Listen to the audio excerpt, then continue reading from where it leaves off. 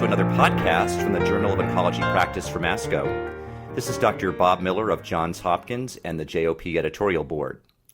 The November issue of JOP features a special series of articles on the topic of palliative care in oncology. While most oncologists recognize that palliative care encompasses more than just hospice and end-of-life care, for many of us, it's not always easy to identify things like unmet patient needs, best practices, and the important operational issues of how to integrate palliative care into the various modes of oncology outpatient practice, particularly ambulatory community-based practice. In this JOP series of 10 articles, guest editors David Currow and Amy Abernethy assembled a group of manuscripts that address some of the clinical, administrative, and regulatory barriers that compromise the better delivery of palliative care. I'm pleased that Dr. Abernethy was able to join me again for this podcast. Dr. Abernethy is a medical oncologist and director of the Duke Cancer Care Research Program, which conducts clinical trials featuring novel uses of information technology for research, symptom assessment, patient education, and patient-provider communication. She's also president-elect of the American Academy of Hospice and Palliative Medicine. Welcome, Amy. Thank you.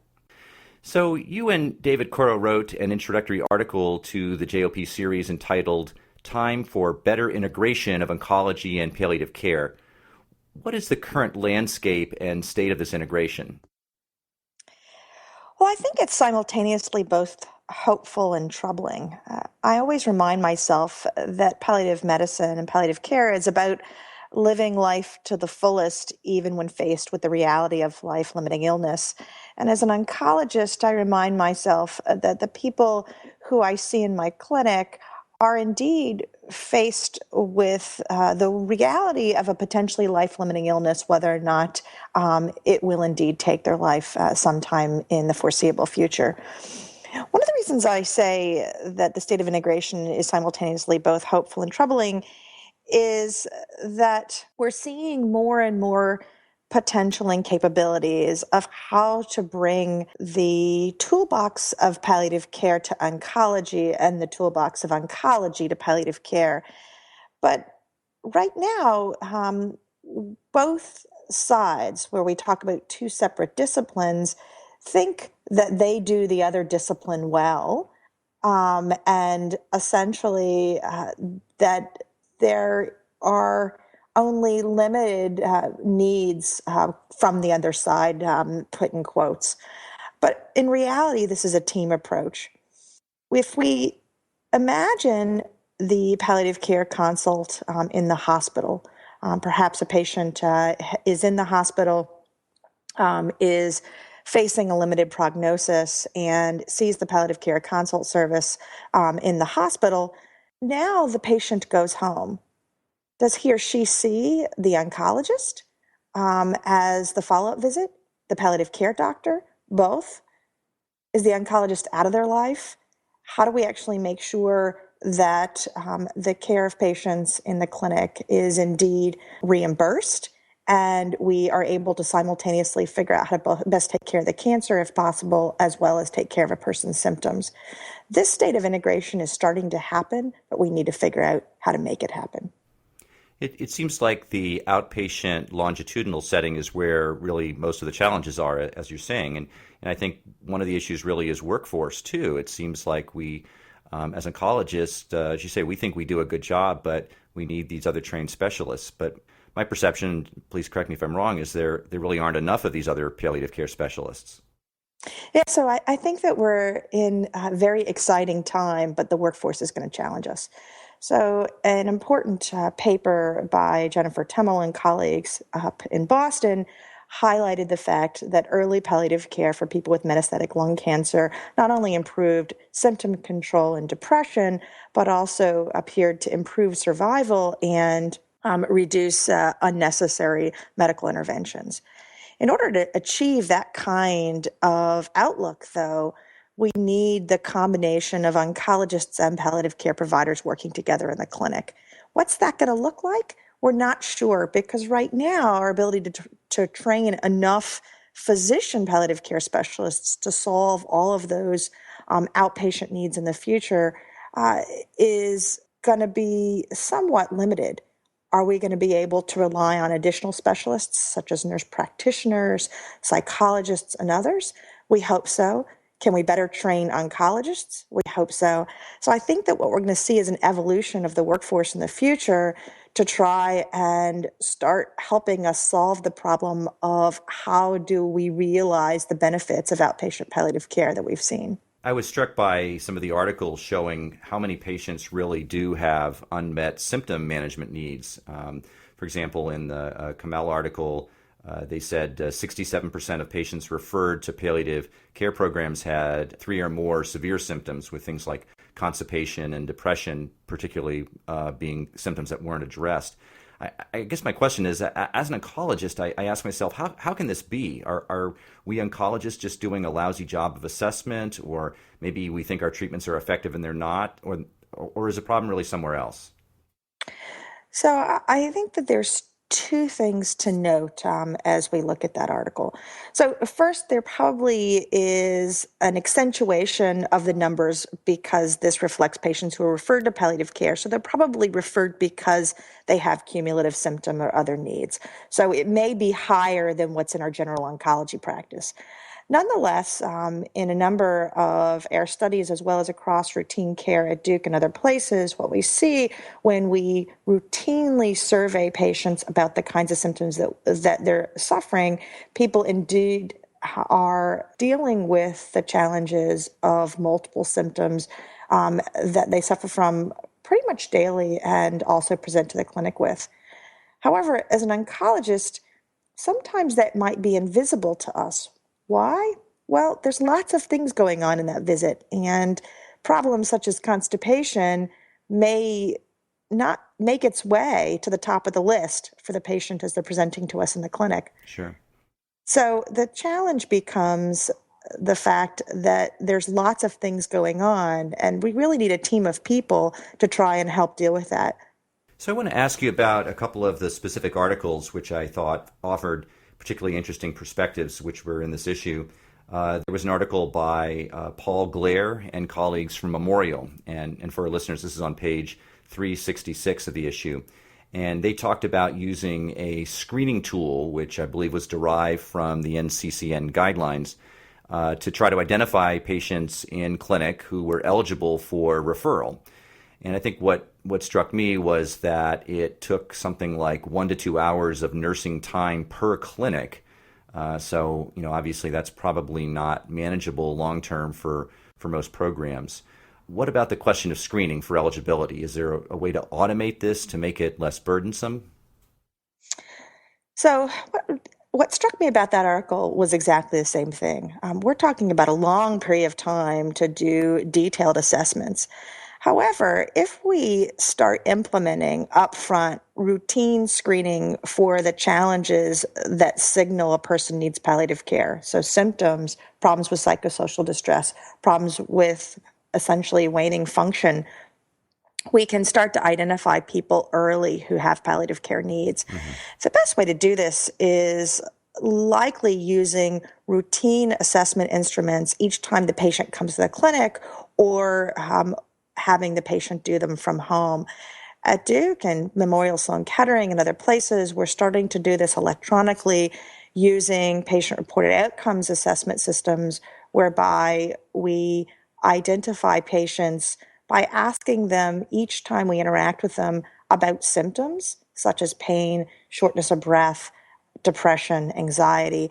And as those symptoms start to become prevalent, then use that as the trigger to bring in additional specialists like palliative care. Do you use the same instrument at Duke for, say, routine follow-up as for screening for palliative care? Is it just a spectrum?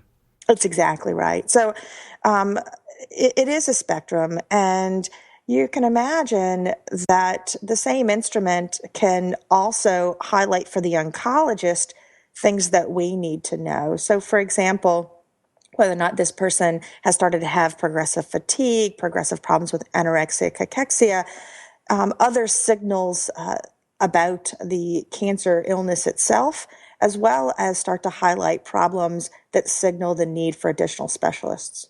And who reviews those results in your institution? Is that if it goes directly to the physician, or is there some intermediary person? Both.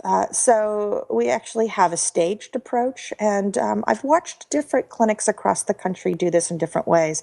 At Duke, we have both review by nurses as the patient comes into the clinic, and nurses address some of the near term issues that are high on their radar screen, such as fatigue and constipation.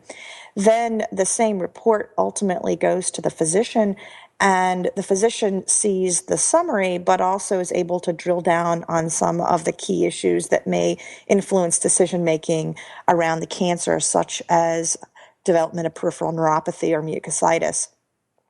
We also make sure that some of the signals that might indicate the need for a psychologist, a psychosocial care provider, a social worker, or a palliative care specialist are highlighted and help triage the patient to the appropriate provider. And this happens in sequence through the clinic. The other article I wanted to ask you about was by Sang-Yeon Soo, was the first author, and I believe you were one of the co-authors. And again, for our listeners, this is on page 374 in the issue. And this article described the use of patient-reported measurements of performance status as opposed to traditional clinician-generated measurements using like the ECOG and the Karnofsky scales. So talk a little bit about that article, I think you showed that the changes in this impaired performance scale of the patient care monitor tool was a predictor for overall survival. So I think that this type of work is an important starting point to linking palliative care and oncology. As you'll see in a commentary by Tom LeBlanc and Tony Bach, performance status is the language that links both disciplines. As an oncologist, we understand performance status, and certainly in palliative care, monitoring performance status is one of the important things that we do.